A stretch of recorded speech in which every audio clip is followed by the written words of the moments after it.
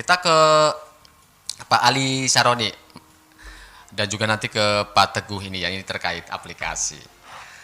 Bisa dijelaskan nih Pak Ali terkait dengan perusahaan Avatar Montres Indonesia ini sebenarnya bergerak di bidang apa dan pelayanannya seperti apa? Oke, terima kasih ya Pak Kepala Dinas yang saya hormati. Mudah-mudahan nanti Pemalang itu menjadi sentra industri daur ulang. Betul. Mudah-mudahan amin. Jadi jangan sentra pembuangan sampah, jangan. Tapi sentra industri daur ulang. Insya Allah. Itu, Pak. Dan dijadikan sebagai pionir kabupaten bersih dari sampah. Pemalang Zero Waste. Wah, luar biasa. Amin, amin, Jadi amin. model ya. Pilot project sejateng. Jadi begini Pak, satu hal yang perlu kami sampaikan di sini, yang paling penting dalam mengelola sampah ini adalah bagaimana kita melihat sampah.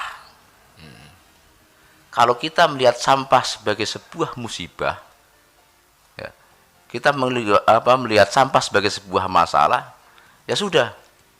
Akhirnya energi kita itu akan habis hanya untuk menyelesaikan bakal musibah. Jadi energi kita itu akan habis hanya menyelesaikan masalah, sehingga yang terjadi tiap tahun di negara kita itu, saya nggak tahu APBD Pemalang itu berapa per tahun, tapi di seluruh Indonesia itu puluhan triliun uang yang dibuang untuk Ngurusi sampah. buangin sampah, untuk ngurusin sampah. Nah, tapi kalau bagi kami melihat bahwa sampah itu bukan musibah. Makanya jargon kami bersih pasti untung. Pertama, yang kedua, merubah musibah menjadi berkah. Nah, ini yang akan kita kembangkan. Jadi kita ingin merubah mindset masyarakat bahwa sampah ini tidak lagi musibah. Musibah menjadi berkah. Memang kalau tidak diurus dengan benar ya semuanya akan menjadi musibah. Tapi ketika semuanya diurus ya jadi berkah. Jadi sampah bisa jadi rupiah. Makanya bisnis sampah itu bisnis yang luar biasa.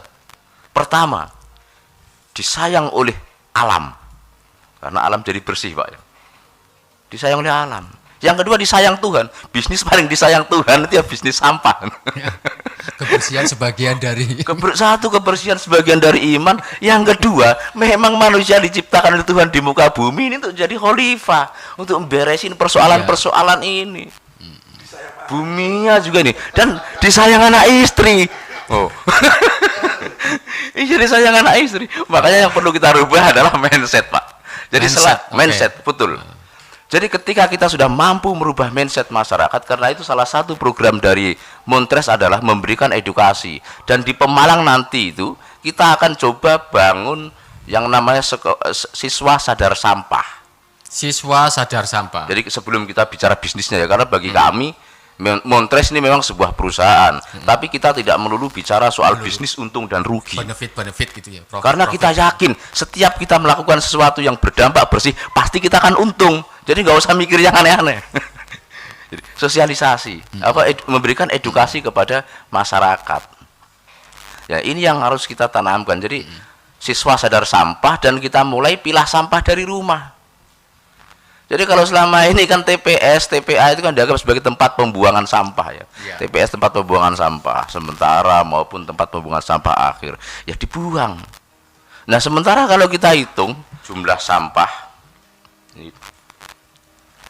itu semuanya 67 juta ton per tahun.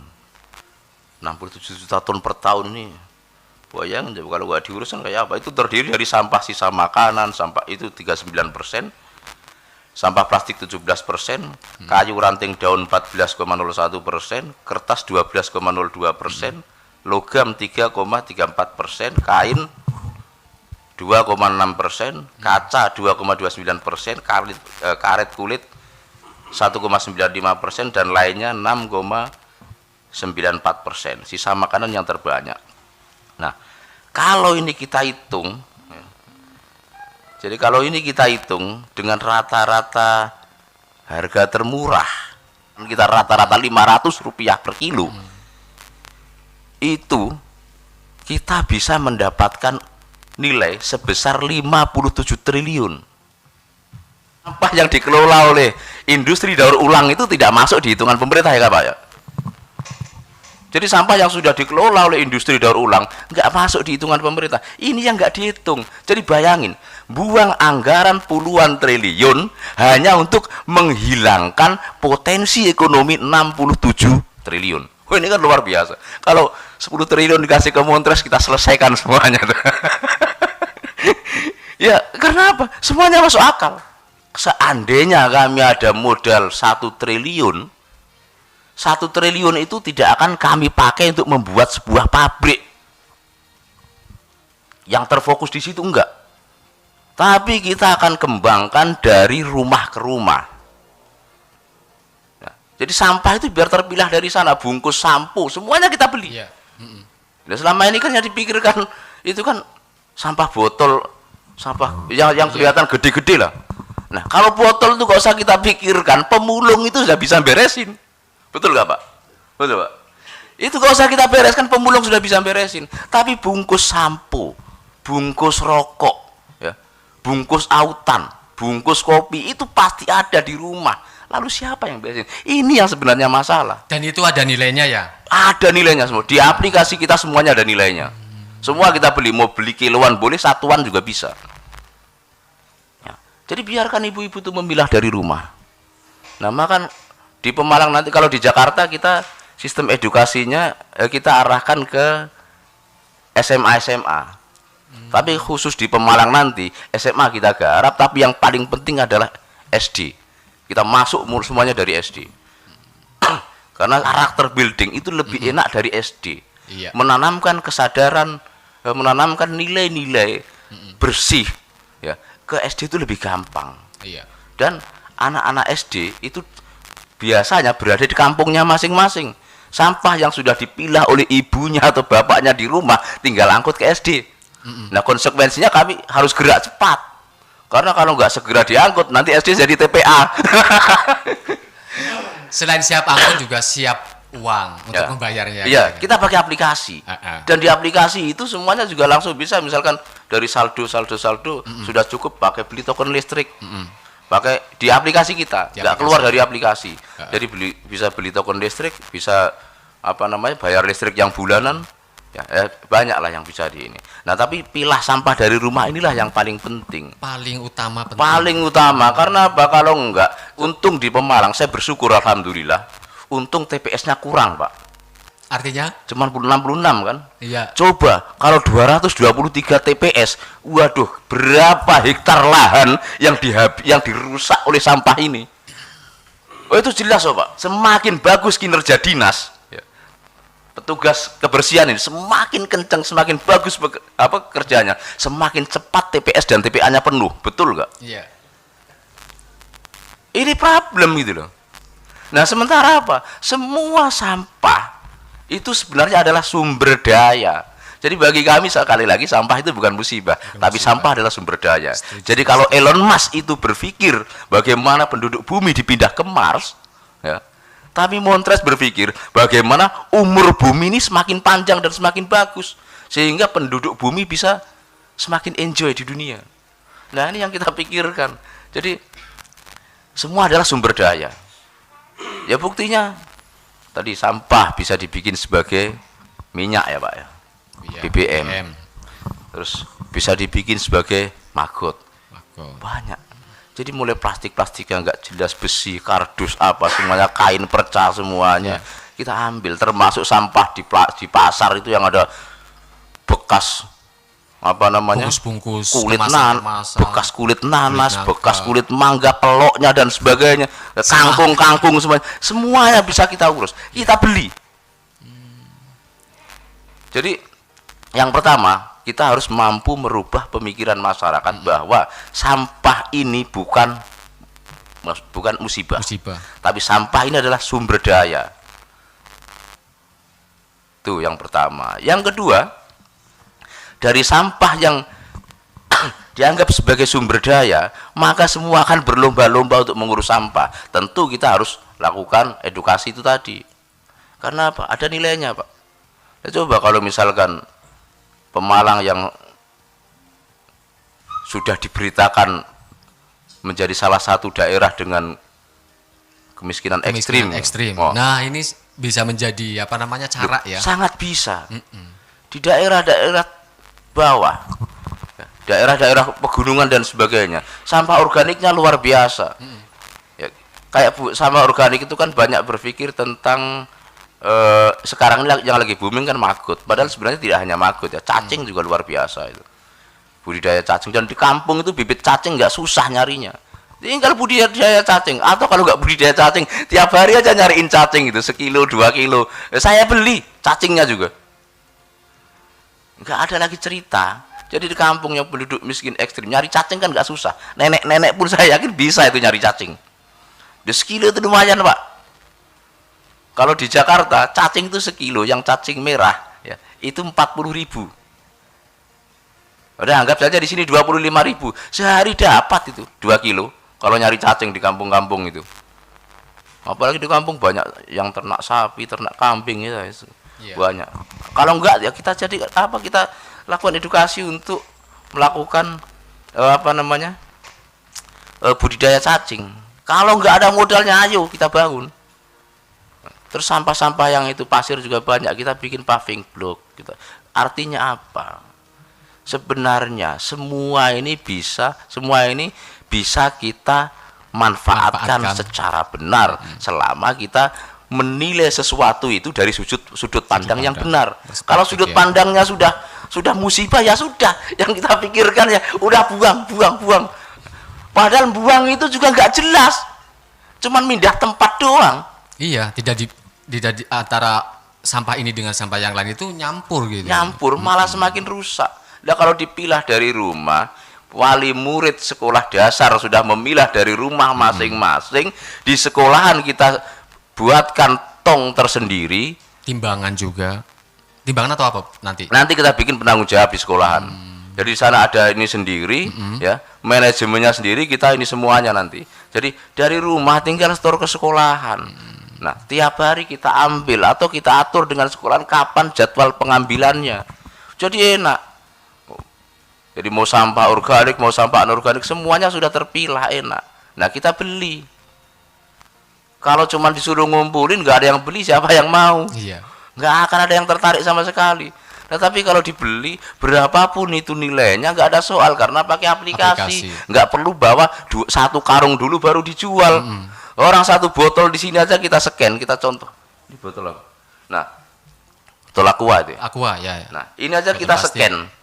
Sudah muncul 1 botol, sudah ada nilainya di sini. Gitu. Langsung masuk ke saldonya. Yang sudah diterapkan selama ini sebelum di Pemalang itu di mana dan seperti apa, Pak? Kita di Jakarta. Di Jakarta. Jakarta itu yang belum jalan cuman sampah organik. Karena kita nggak punya lahan.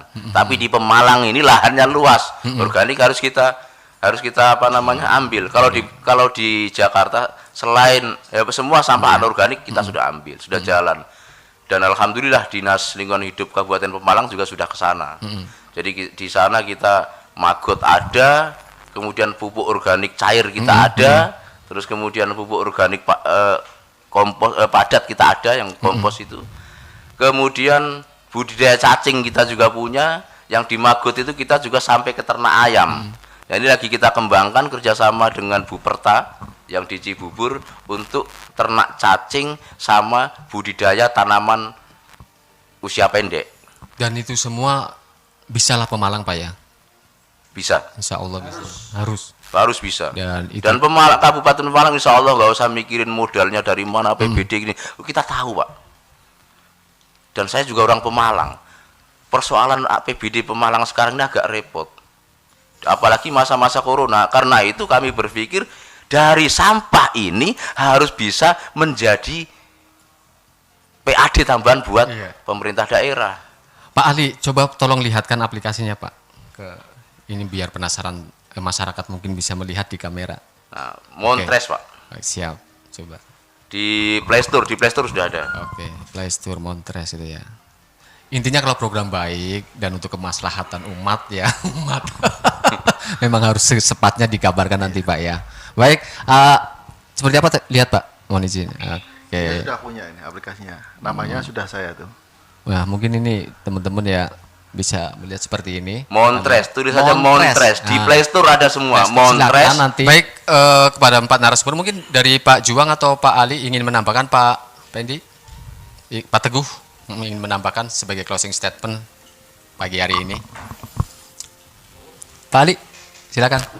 Ya karena kami sudah cerita di sini dan target kami itu ya bikin bank sampah unit sebanyak-banyaknya. Nah karena itu yang mau bergabung di sini, kalau di daerahnya belum ada bank sampah unitnya, ya bentuk bank sampah unit, nanti komunikasi dengan kami. Nah itu di sini ada bank sampah induk Montres, nanti komunikasi aja sama bank sampah induk Montres supaya dibentuk bank sampah unit.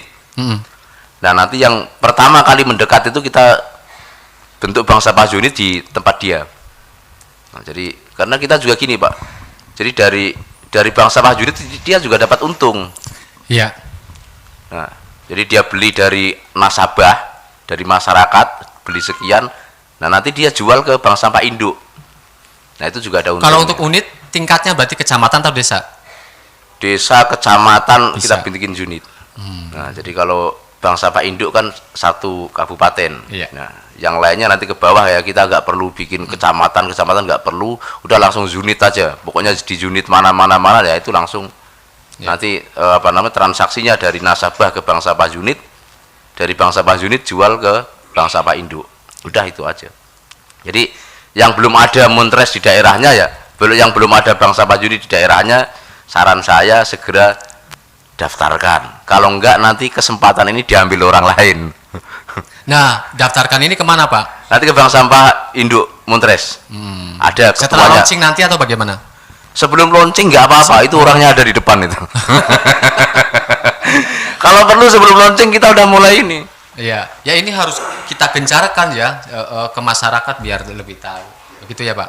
Ya. Cukup Pak? Siap, cukup. Oke, terima kasih kepada 4 narasumber, sangat bermanfaat dan itu menjadi kepedulian kita bersama masyarakat Indonesia khususnya Kabupaten Pemalang agar peduli sampah dengan cara mengelola, kemudian bisa mengurangi emisi dan membangun proklik. Baik, terima kasih dan pendengar juga penonton di channel YouTube Radio Suara Widuri, terima kasih atas partisipasi sudah mengikuti acara ini, dan juga Roni Esos, Direktur Operasional PT Montres Avatar Indonesia. Saya takut salah lagi. Ini udah berapa ya? Pelan-pelan. Pimpinan Bank Sampah DKY Teguh Feryandi P. Maturun, terima kasih. Semoga kita jumpa lagi untuk membahas dengan tema-tema yang sangat menarik. Amin, amin. Dan terima kasih juga pemirsa channel YouTube Radio Suara Widuri. Kita kembali ke studio bersama Tias Alodi. Wassalamualaikum warahmatullahi wabarakatuh. Waalaikumsalam.